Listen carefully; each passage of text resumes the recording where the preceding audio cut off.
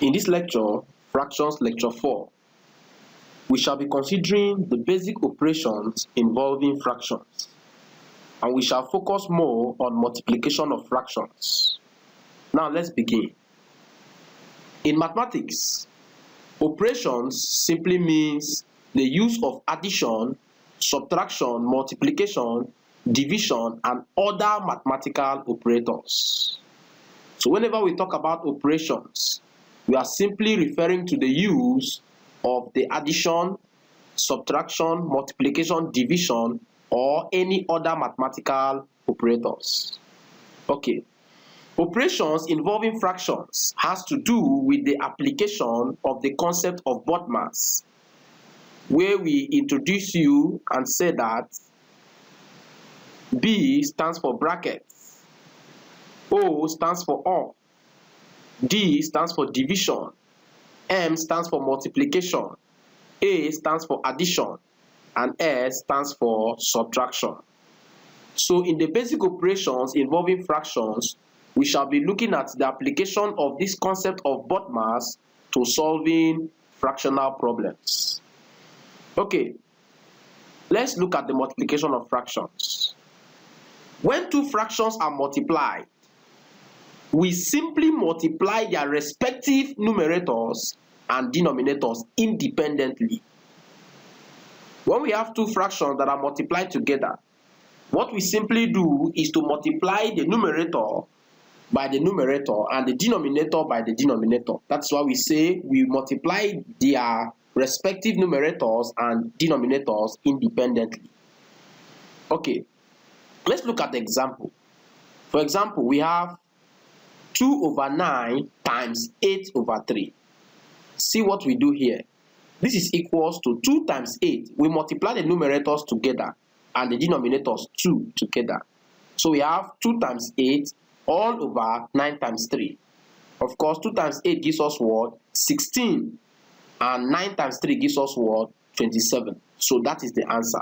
It means that 2/9 times 8/3 is equals to 16/27. Now let's look at another example.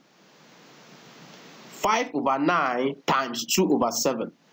We still apply the same principle. This equals to 5 times 2 all over 9 times 7. Of course, 5 times 2 is 10. All over 9 times 7 is what? 63. Okay, let's look at a further example. Now, the question says simplify the following. Number 1, 2/3 times 5/8. B, 4/9 times 3/2. C, 2 whole number 1/4 times 3 whole number 1/2. Now let's get into the solution. 2/3 times 5/8. Of course, applying our rule, is equals to 2 times 5, right? All over 3 times 8. So 2 times 5 gives us 10. All over 3 times 8 gives us 24. Of course, this is the answer. But if you look at it very well, you can see that 10/24 can be further simplified. The reason why we didn't further split or further simplify the previous example was because that was the lowest form. But 10/24 is not the lowest term. So we are going to reduce this to its lowest term. So on reducing it, we have 10/24, then we use 2 as a common factor. 2 goes into 10, we have 5. And 2 goes into 24, we have what? 12. So that is the lowest term. So we can say that 10/24 is equals to 5/12. Hence, it means that 2 times 5/8 is equals to 5/12. Okay, let's advance. B, we have 4/9 times 3/2. Of course, this equals to 4 times 3 all over 9 times 2. 4 times 3 is 12. All over 9 times 2 is what? 18. Of course, you can see clearly that that is not the lowest term. 12/18 can still be reduced. So reducing 12/18 to its lowest term, we have 12/18. So the common factor there is 6. We can use 6 to split it. So we have 6 goes into 12, we have 2. 6 goes into 18, we have what? 3. because 6 times 3 is 18. So this gives us what? 2 over 3. Hence, it means that 4 over 9 times 3 over 2 is equals to 2 over 3. I hope you understand what we just explained. Okay. Now let's look at the next one. C, it says 2 whole number 1 over 4 times 3 whole number 1 over 2.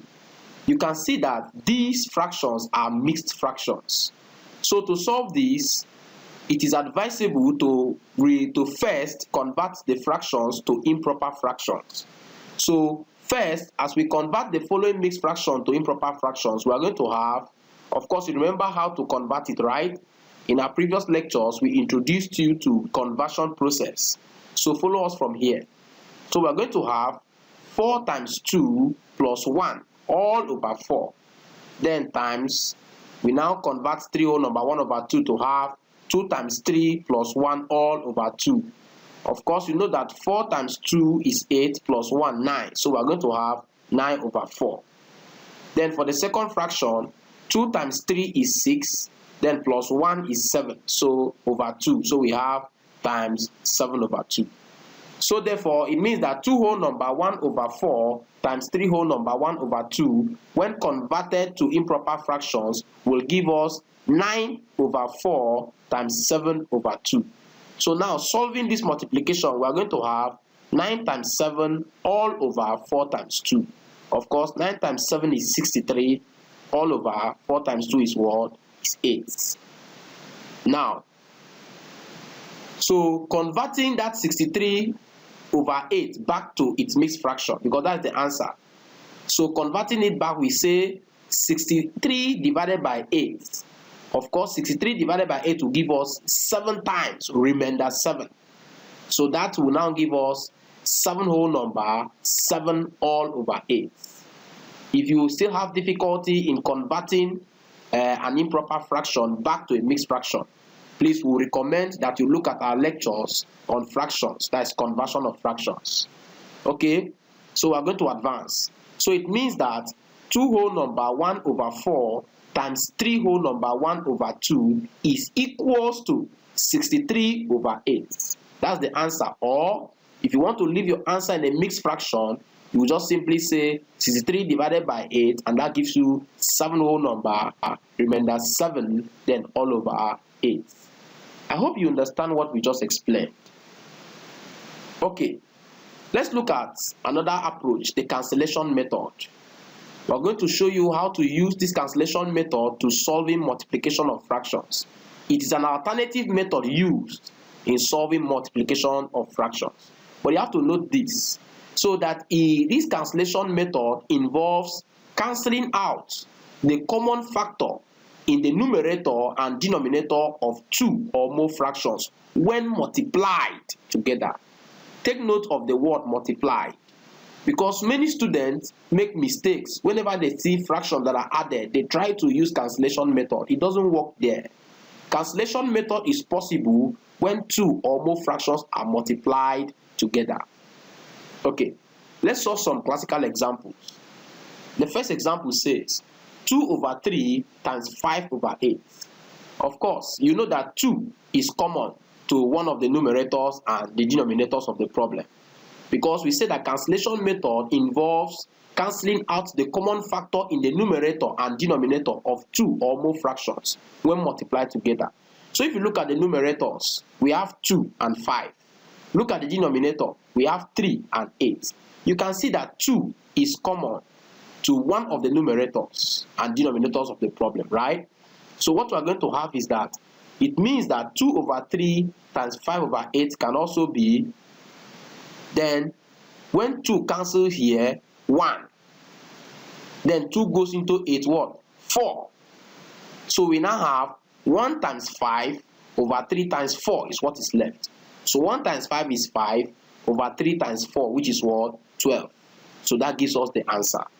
So this is the alternative method to solving multiplication of fractions.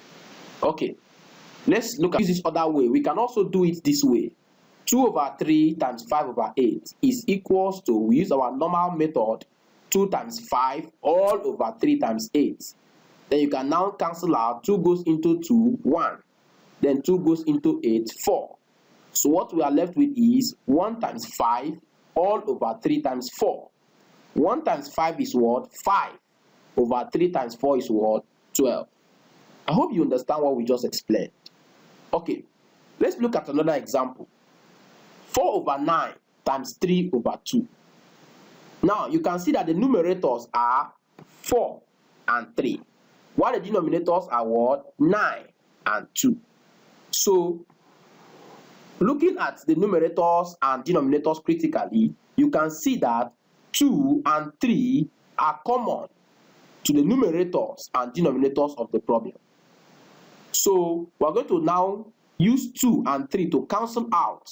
So, what we're going to have is that it implies that 4 over 9 times 3 over 2 is equals to, now, 2 goes into 4 gives us 2, right? And 2 goes into this other 2 is what? 1. So, we're through with that. Of course, you can see that 9 and 3 are also common. So, 3 is a common factor, right? So, we can say 3 goes here, 3. While 3 goes here, what? 1. So, what we are going to be left with is 2 times 1 all over 3 times 1. And 2 times 1 is 2 over 3 times 1 is what? 3. So, this becomes the answer to that particular problem. Or we can also do it this way. 4 over 9 times 3 over 2. Using our normal approach, that gives us 4 times 3 all over 9 times 2. Of course, 2 goes here, 2. 2 goes here, 1. Then we now say 3 goes here, 3. And then 3 goes into 3, 1. So what we are left with is 2 times 1 all over 3 times 1. So 2 times 1 gives us 2. And 3 times 1 gives us what? 3. So the answer is 2 over 3. I hope you understand what we just explained. Okay, let's introduce you to the concept of off. Remember, in both maths we have bracket, then off. Now, the word off, when it is placed between two numbers or two fractions, means multiplication. Please take note of that. So if I say 3 of 2, it means 3 times 2. 10 of 5 means 10 times 5. So off, when placed between two fractions, also means multiplication. For example, 1 over 2 of 1 over 4. This means 1 over 2 times 1 over 4. And using our normal approach, this is equals to 1 times 1 all over 2 times 4. 1 times 1 gives us 1 over 2 times 4 gives us what? 8. I hope you understand the concept of off. Okay, we've come to the end of this particular lecture. Let's give you something to play with. Simplify the following. Number 1, 4 over 5 times 10 over 13. B, 4 over 10 times 2 over 5. C, 2 whole number 2 over 5 times 4 whole number 1 over 2. See you in our next lecture. In the next lecture, we shall be considering fractions, lecture 5. Here we are going to introduce you to the concept of division of fractions. Thank you for your attention.